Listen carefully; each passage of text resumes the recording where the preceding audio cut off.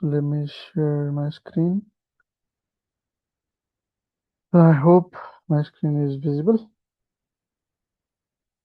So let us begin with Duolingo, okay? So today in this class we will be talking about basic introduction of Duolingo and what Duolingo really is and why it is why it is useful and how it is useful and why do we need to take Duolingo English test. So okay, so Duolingo English test enable you to open global opportunities and to for you enables for you to access multiple global opportunities. So it is an affordable and efficient pathway to study and work abroad in majorly in English speaking countries. So over the world, more almost 5,000 over 5,700 universities accept Duolingo English test results. Okay, so why do we choose Duolingo English test? It is because it is modern and efficient. It is modern because it is entirely computer based and it is accepted over in 5,700 universities worldwide, in majorly even in the top universities of countries such as US, UK, Canada, and Australia. Okay. Another thing is it is affordable as well. So compared to PTE and IELTS test, it is very affordable as you have to pay just USD 70 for the complete test, and the results is delivered within 48 hours, and you don't have to visit testing centers for the Duolingo test as well. You can give that exam, give the test in your own home from your own home. Okay. Another thing is adaptive technology as well. So questions it automatically adjusts difficulty based on your performance. So based on few questions which you will be asked, the questions will be adjusted automatically. Another thing is it is skill integrated, which means it assesses your reading, writing, listening, and speaking in a seamless and real world context. So what does it mean is, so they will assess this test will assess your speaking capability, your listening ability, and your writing and reading ability based on real world. So how conversation, how reading, writing, and listening and speaking takes place in real world, um, it will assess you based on that actual academic scenarios. Okay, so we have to understand first about the Duolingo test. So the total testing time for the Duolingo is approximately 1 hour, and it will be an uninterrupted test of 1 hour from start to finish. So uninterrupted means you are not allowed it to move here and there, go here and there, or anyone else is allowed it. No one is allowed it to enter the room and another etc. So this test is designed to be fast paced. So it will be completed within an hour. It is very fast paced and it is efficient. Efficient in the sense that it saves your time, it saves your money as you will be giving the test from your own home. So that's why. So another one is adaptive testing. So what does adaptive testing means is the test questions will adjust in real time based on your answers. So if you answer correctly, then the questions might be slightly hard. If you if you answer incorrectly, then the question might just lower just a bit the difficulty level based on your answers. Okay, so and there are no separate sections in this test as in IELTS and PT. So what does that mean is in IELTS you will have reading section different, you will have speaking and listening section different. So the sections will be different in IELTS and PT. But in case of Duolingo test, there will be no different section assigned. So skills are integrated, which means will be your reading, writing, speaking, and listening will be assessed from the same questions. For example, your speaking and writing might be assessed in from a single question, or your listening and writing might be assessed from a single question. So that is what mean is integrated test. Another thing is And why integrated test is important, or why it is helpful, because your performance in one area, if it is quite low, then it might not hamper another area. And it one area, it will directly impact difficulty and nature of subsequent questions as well. So there are different types of questions in Duolingo English test, and which are I'll go through very surfacely about these types of question, and we'll be doing each question thoroughly and day on the preceding days. Okay, so first is read and select. So you will be given a word, and you have to identify whether the English word it is the word is correct English. It is whether the word is in English vocabulary or not, or it is whether it is English word or not. You have to identify whether the word is real or not. For an example, so if you are given vocabulary, then it is a English word, right? But if you are given instead of vocabulary, if you are given some random words, so it might which will not be in English language. So for read and select, we have to pay a bit attention to the spelling and to the word itself. So whether it is English word or not, we will go thoroughly in the coming days. So another one is fill in the blanks. So you have to select the correct word from multiple options, and you have to write that word. You have to select that word in the blanks given. Okay. So for that, we have to assess grammar. So what the grammar of the sentence, where we have to select the word is, and what is the contextual understanding. That means what the sentence is trying to say, and what is the option given to you. So you have to understand both of it and fill the fill the blanks. Okay. Another one is read aloud. So for that, what do you need to do is, you will be given a text, and you have to speak very clearly and accurately. So it and read aloud evaluates your pronunciation, fluency, and natural rhythm in spoken English. And for pronunciation, fluency, and natural rhythm, you don't need to focus on your accent, because you it is these tests this uh, Duolingo test, PTE test, is designed for non-native speakers like us. So you don't have to worry about your accent. So you simply focus on your pronunciation. You simply focus on your fluency and natural rhythm. So pronunciation means to pronounce the word very correctly with correct syllables in it.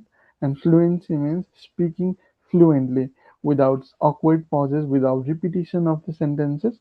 And natural rhythm means taking pauses and taking pauses in full stops and commas, etc.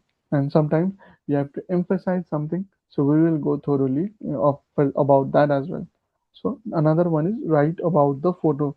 So an image will be given, and you have to write about it in English, and it also you have to write about it in English, and you have to write it in such a way that the sentence just flows. Okay, you don't need to write random sentences. So for the flow of the sentences, you will use connectives, you will use other words which we will be discussing later.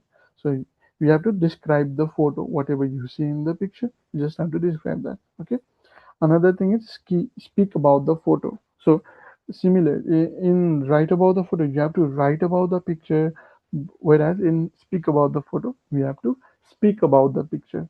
So certain time frame will be given to you, and within that time frame, you have to clearly verbally say what you just see in the picture. So for this speak about the photo, you don't need to worry that much. You just say whatever you see in the picture. Okay, and you just don't take awkward pauses, and on within a certain time frame, you just speak fluently whatever you see in the picture, and don't repeat the sentence as well. Okay. Another thing is interactive reading and listening.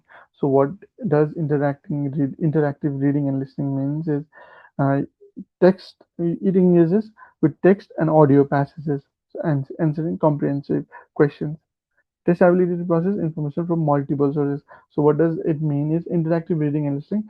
You have to listen as well as we have to answer the questions by reading the questions. So that is what it means. We will focus it on later on as well. So another one is interactive writing and speaking. So we have to uh, write as well as you have to speak as well. You have to do both. Respond to prompts in written and spoken formats. So you will be given certain prompt, and in which you have to write as well as speak about those prompts. So it evaluates spontaneous production across different modes. So different modes, then you have to write as well as for a certain prompt. For an example, prompt might be, so let's say, talk about COVID-19. So you can write, you should be able to write about COVID-19 as well as you just should be able to speak about COVID-19. So another one is writing sample. So writing sample, you have to write an essay on the given topic with developed ideas and supporting details. So you have, for an example, write about the advantages of blockade in Nepal. For example, that's the topic. So we have to write with correct sentence, correct tense, and correct coherence. So coherence, as I told, the flow of the sentence. So you can use a word like meanwhile, likewise, similarly, etc. So another thing is speaking sample. So speaking, you have to respond to a prompt verbally with extended and well developed answers with correct flow, and this test your ability to sustain coherent spoken discourse. Okay, so what does coherent spoken discourse mean? That it tests your ability, that how long can you speak and with the topic while remaining inside of the topic. So that is what it means. Okay, so what is the time limit for Duolingo test? Is read aloud. You will just be given 20 seconds to prepare and 90 seconds to speak. So we will be going through time frame in detail when we will be practicing each and every session. So another one is speak about the photo. So you will be given a photo as I have told about, and you will be given 20 seconds to study, look at the photo, then 90 seconds to describe. And in within these 90 seconds, you should at least give answer of about 60 to 75 seconds. Okay, another one is speaking. So you will be given 30 seconds to prepare and 3 minutes to respond. So for that you need to at least speak for 2.5 minutes. So interactive speaking, so 35 seconds to respond to each short question. So we will be going through it. Don't worry that much about this. So another one, how you are scored. It is very important to know how you will be scored, and uh, if you will know how you will be scored, then you will be able to score a good score, and uh, circle your practice around those. Okay. So it provides a single comprehensive score rather than a separate sectional scores, as I've told earlier. Instead of scoring listening differently, speaking differently, as in IELTS, it just combines listening, speaking, reading, and writing in many of the questions, and just they score your performance. Okay, so the major areas in which a Duolingo test will be scored is production, conversation, literacy, and comprehension. So what does production mean? Is production simply means your ability to generate spoken and written English with appropriate vocabulary, grammar, and fluently. So what does that mean? It simply means that your production simply means that whether you are able to speak about something or write about something with correct words and using appropriate grammars and with in a current fluency with a current fluency. So if you are speaking, then whether you can speak in current fluently or not, that is what production means. Conversation means whether you can give response while having conversations or not, with natural flow and logical progression of ideas. So what does logical progression of ideas mean? So let's say I will be asked about hiking. So if I am talking about hiking, and if, for example, let's say someone asked me about, tell me about hiking and its relation to Nepal. So if I will be talking about, Nepal is a landlocked country. It has very multiple mountain ranges, and there are a lot of hiking trails in Nepal. So it has been a hub for hiking and hiking all, and it attracts tourists all over the world. So I am presenting my ideas in a natural flow and logical progression. As I've told, Nepal is mountainous country, and being a mountainous country, there's multiple hiking destinations, and it is a hub for which attracts international tourists. So I told about hiking and Nepal relation. So you have to go with such logical progressing ideas. Okay. Another thing is literacy. So literacy simply means is you have to have accurate grammar and proper vocabulary uses, spelling, and appropriate styles for academic context. So if you write things, for an example, if you write things as if you are talking to a friend, so what's up? If you write what's up, then it's not academically correct. So to be academically correct, you need to have at least writing skills on which is happen.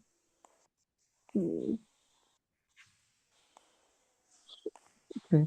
So, so where was I? So I was in literacy, right? Literacy simply means is you have to write accurate grammar, use accurate grammar, and you have to use accurate vocabulary, spelling, and academic context. So what does academic context means is you have to write as if you are writing in academic formats. So you can't use personal format. You can be very casual about things. So you can write, I would like to draw your kind attention. So you just simply can't write, please look at this. You can't write as such. You have to write, please provide your kind attention to this. Okay. I'll just give an example. So another thing is comprehension. So what does comprehension really mean is understanding English and spoken English through reading passages, either to listening audio or interpreting context. So comprehension simply means understanding English, whichever format it might be in. For example, it might be in audio, it might be in passages. So it simply means understanding what is written in the passage or what someone is telling or what context it is. Interpreting context means, so for example, two friends are there in one corner of a room talking about football. So you are in another corner, you just enter the room and you try to join the conversation with them. So you hear the conversation while what they are having and understand that they are talking about sports, they are talking about football, which was a last match. Okay, the match which was in the last day. So you have to understanding and interpreting context means simply that. Okay, so what are the scoring criteria for Duolingo English test? Is it evaluates clarity, development of ideas, as I've told, and another one is appropriate appropriateness of style. So what does this mean is academic context. So you have to write academically correct things, sentences. Okay. Another one is task achievement. So whether you were able to achieve the task or not, whether you were able to describe the picture or not, that is what task achievement really is. Another one is progression of ideas. Another one is cohesion. So cohesion means whether two different sentences are linked with each other and whether the flow between the sentences is natural or not. So that is what cohesion means. Another thing is grammatical accuracy. So you cannot write wrong tenses. For an example, sorry, if you are talking about past, then you have to use the past tense. But if you are talking about the future, then you have to use the future tense. So complexity means you can use sentences, connectives. For example, while she was doing this, he did this. So he was doing this while she was doing this. So this is sort of compound sentence in which you combine two sentences using a single word or connectives. So another one is lexical sophistication and diversity. So you don't need to worry about these lexical or sophistication. Diversity means it simply means that in certain points such as writing summary, you can't repeat the sentences. You just have to write in lexical resources. You just have to use multiple different types of sentences to express same thing. For an example, so I say that I hurt myself while playing football. So I can simply say that I hurt myself while playing football. It's one sentence. Another one is um, I got an injury during playing football. So Another, this is another type of example. So another one is, I I kicked the ball and I got injured while playing football. So these three are different sort of sentences, but it means the same thing. So you need to understand that. Okay. And diversity simply means differentiating the sentences. You don't have to repeat the sentence. For example, if I am talking about mobile, uh, for example, I have this mobile, this mobile is that, this mobile is that. So that is very similar sentences. So what you can do is, my mobile is this, it is in this it is in color, and it has this memory. So you can go in that way. We'll be talking about it in detail in following classes. So target scores. What does score mean in Duolingo test? Okay, so if you have score 90 to 100 score, then you have basic foundational skill suitable for some foundation program or conditional admission pathway. So if you score just 90 to 100, you will not be given any sort of admission in very your desired course. And if you score 105 to 115, then you meet minimum requirement for most undergraduate programs at universities. Minimum.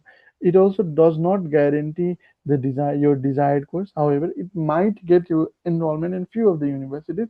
And another one is, if you score 120 to 130, then you have strong academic, and it demonstrates solid academic and professional English proficiency, and you can get enrollment into competitive exams as well. Okay, competitive programs. Okay.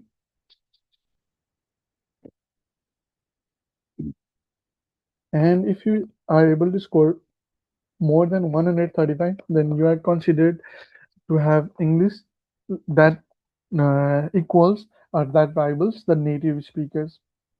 So what does it mean is, if you score above 135, then your English is on par with the people who are born in English speaking countries. For example, Australia, US, UK, etc. Okay. So you need to remember that most universities accept 105 to 120. However, if you are able to score at least 120 to 130, then you can get any sort of program that you like. All right. So your English skill is globally recognized, and this Duolingo test opens your door to education and professional opportunities worldwide. And it also have worldwide recognition. And if you are able to score at least 120 to 130, then you can get your desired course in desired countries. Okay. So how to practice is, for focus on integration. What does it mean is, you don't focus on single individual skills at a time. You need to focus on multiple skills, multiple modules at a time. For example, listening and writing, listening, reading, listening. So all four, sorry, combined. You have to integrate all and practice in such way. Another one is, you have to understand the types of question which will be asked in Duolingo, and then you have to understand the format the questions will be asked, the requirement of each question type. And what does it does is, if you understand, or if you know the types of question, and if you understand the question format, then its familiarity will reduce your anxiety, and it will ultimately improve your performance under pressure, as you will have very time limit. So you will perform well if you are well familiar with the question types. And if you are well familiar with the question types, then some questions might be asked which you have already seen it beforehand. So another one is, for the test you need to simulate the test condition. So what does simulate the test condition means is, you need to you need to prepare yourself as if you are really giving the real test. So if you do that, you will be familiar with the time frame. You will be familiar with how much to do, what to do and what not to do. So you need to simulate your test conditions as well. So another thing is vocabulary and grammar control.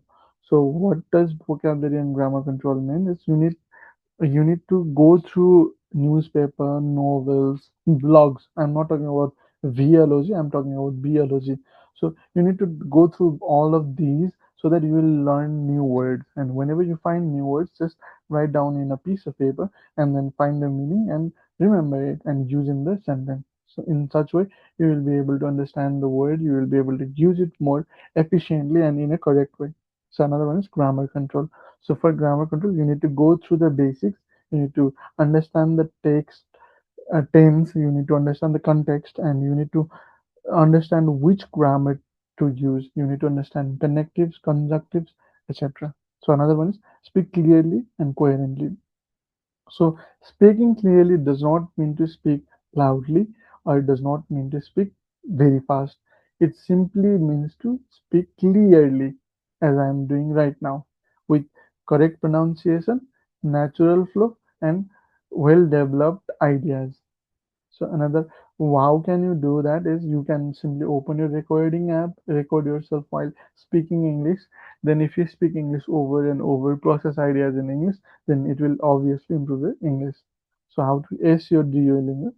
A test is practice consistently. You have to be very, very, very consistent about the test, about your practice.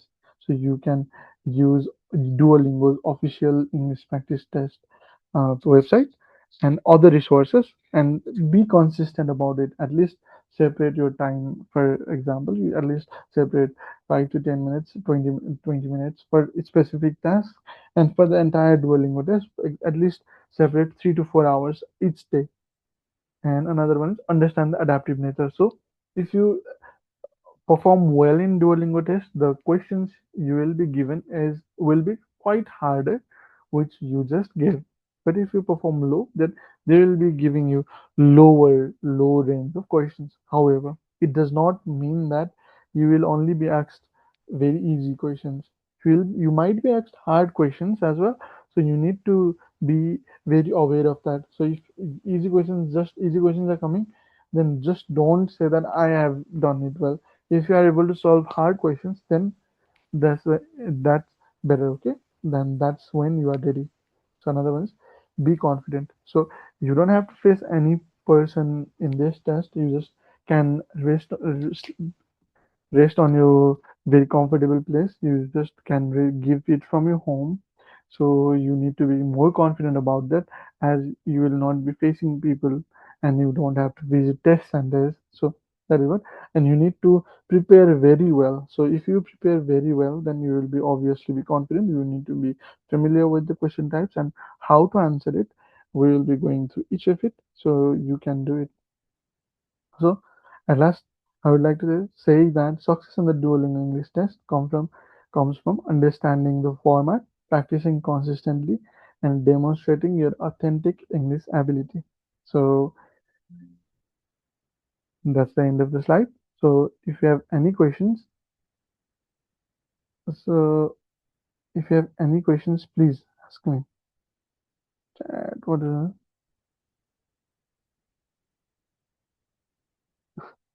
okay? And do any of you have any sort of question? If you have any sort of question, please let me know. Okay. You can just simply unmute and tell me.